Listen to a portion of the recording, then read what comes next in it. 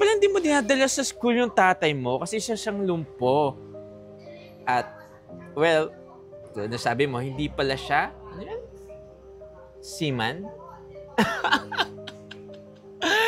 Grabe no, nakakaya pala yung tatay mo, isang lumpo.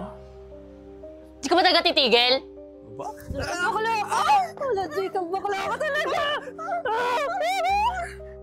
Bagya ka! Bagya ka!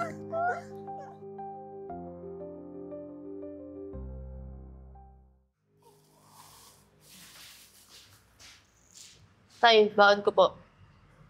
Aalis ka na ba, anak? Maaga pa naman. Kumain ka muna. Tay, ano ba? Bigyan mo ba ako ng baon o hindi? Siyempre, bibigyan kita. Dali na. Nakato. Ano to? 50 lang?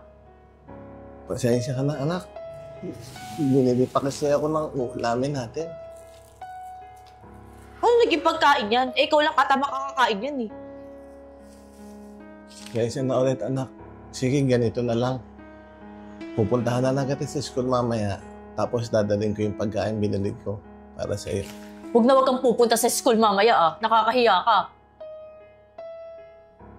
Eya! Eya!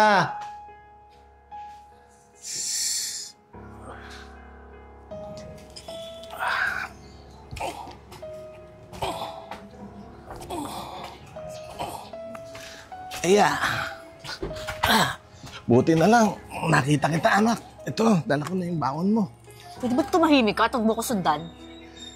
Eya! Andali lang! Bakit, anak? May problema ba? Oo, alam mo kung ano? Ikaw yung problema ko. Kasi nakakahiya ka maging tatay. Tsaka pwede ba? Huwag mo ko tatawagin anak, lalo pag nandito tayo sa labas. Nakakahiya ka eh. Eya!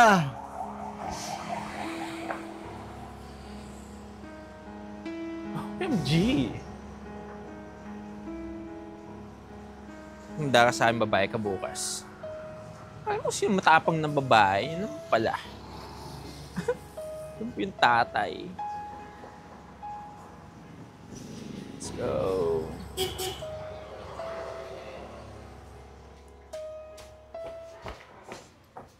Oh, Eya. Mamatay ka ata mo, hindi pa nga tayo tapos magkwentuhan. Ano ba? Aba, tapang ka pa rin, ha? Ano ba? Hindi ka pa rin ba titigil? Kanina ka pa sa room ah. Eh, paano ko titigil? Eh, di pa nga tayo tapos magkwentuhan, nagmamadali ka umalis. Ano ba gusto mong mangyari ha? Well, syempre, gusto ko iparinig sa buong klase na isang lumpo yung tatay ko. Well, siguro kung ako din naman yun, hindi ko siya dadalhin sa eskwelahan, no? Lalo kung binabida ako. Hey! Not so fast, Eya!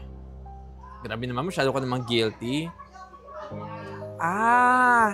Kaya naman pala hindi mo dinadala sa school yung tatay mo kasi siya siyang lumpo. At, well, nasabi mo, hindi pala siya, ano yan?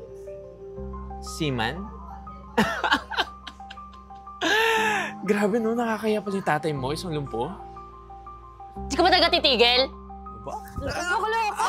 Wala, Jacob, bakla ka talaga! Bagya ka! Bagya ka!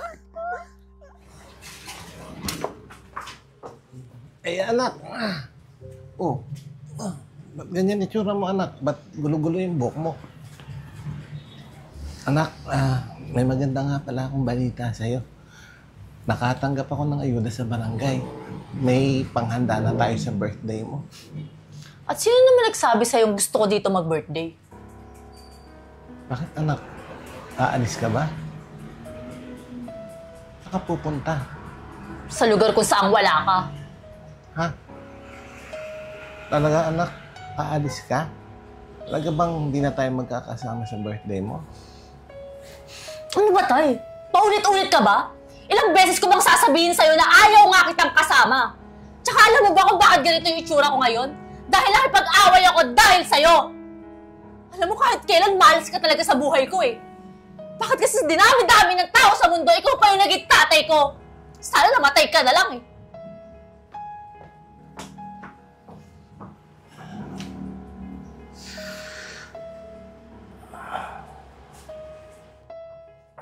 Anak, saan ka pupunta? Bakit parang ang dami mong dalang gamit? Maglalayas, malamang. Lalayo sa'yo. Anak, huwag kang umalis. Huwag mo kong iwanan. Ikaw na lang ang meron ako. Mahal na mahal kita, anak. Hindi ko nakakayanin, anak, pag iniwan mo pa ako. Ayaw na nga kitang kasama, tay eh. Hindi mo ba naiintindihan? Anak. Anak. Anak.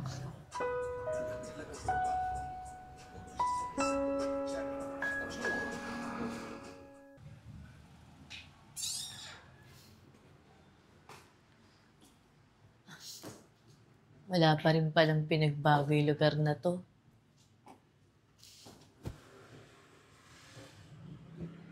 Iya? Ay, diyan kayo po pala. Grabe. Ang laki-laki ng pinagbago mo. Chang, nasan po pala si tatay? Wala na ang tatay mo. Wala na? Ano pong ibig yung sabihin wala na? Ano? 1 taon na wala ang tatay mo. Alam mo, bilib nga ako dun kay kuya eh. Kasi kahit hirap na siya hanggang huling sandali ng hininga niya, ikaw pa rin ang hinahanap niya.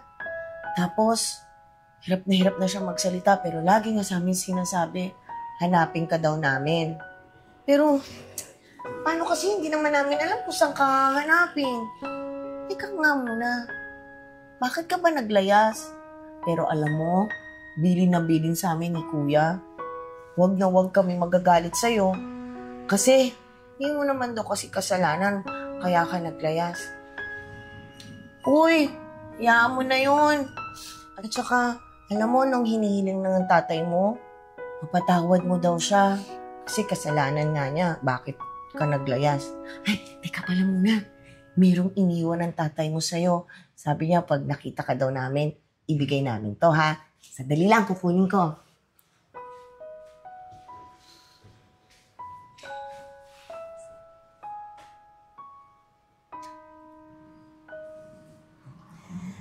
O, ayan. Ayan yung iniwan sa'yo ni kuya. Alam mo, sobrang mahal ka talaga ni kuya. Pero, Eya, alam mo ba kung bakit napilay si kuya? Hindi po eh. Bakit? Hindi po ba pilay dati si tatay? Naku hindi Ang galing-galing kaya ni kuyang atleta. Pero, tinago niya kasi yung mga litrato niya tsaka yung medalya niya simula nung napilay siya. Eh bakit po napilay si tatay? Ha? Naku, 2 taon ka pa lang noon. Tapos lahat kami busy sa paghahanda ng Noche Buena. So, pinaalaga ka muna namin sa pinsa namin. Eh, eto naman pinsa namin, sobrang busy dun sa bolang nilalaro niya. Hindi niya napansin na tumawid ka. Tapos, buti na lang talaga si kuya. Galing kasi siyang palengke. Nakita ka niya, nandun ka sa gitna ng kaalye, nakaupo. Siyempre, tumakbo si kuya, sinagip ka. Eh, hindi naman napansin ni kuya na may parating na truck. Ayun, natamaan ng truck kung paan niya. So, kasalanan ko po pala kung bakit napilay si tatay. Uy, hindi kasalanan yun ng pinsa namin. Kasi napabayaan ka. Huwag mo sisihin ang sarili mo. Sama-sama akong anak, tita. Uy, hindi Tsaka tapos na yun. Ano ka ba? Wala ka namang ginawang masama sa tatay mo. Mahal na mahal ka nun. Tama na. Kasalanan ko lahat, tita. Sama-sama ako, anak. Hindi ko man lang pinahalagaan si tatay ng mga panahong nabubuhay siya. Ay.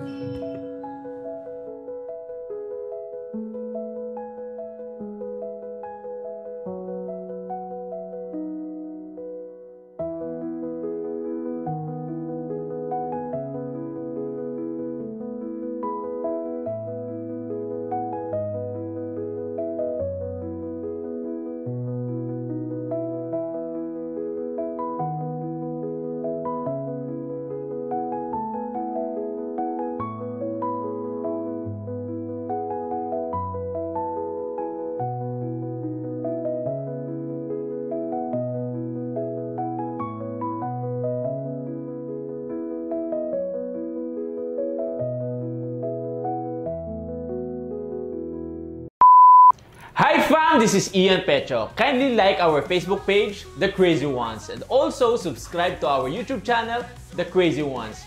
The Crazy Ones, life never gets old. Hey! Oh yeah, so wherever we go, the story's told with the crazy ones, life never gets old.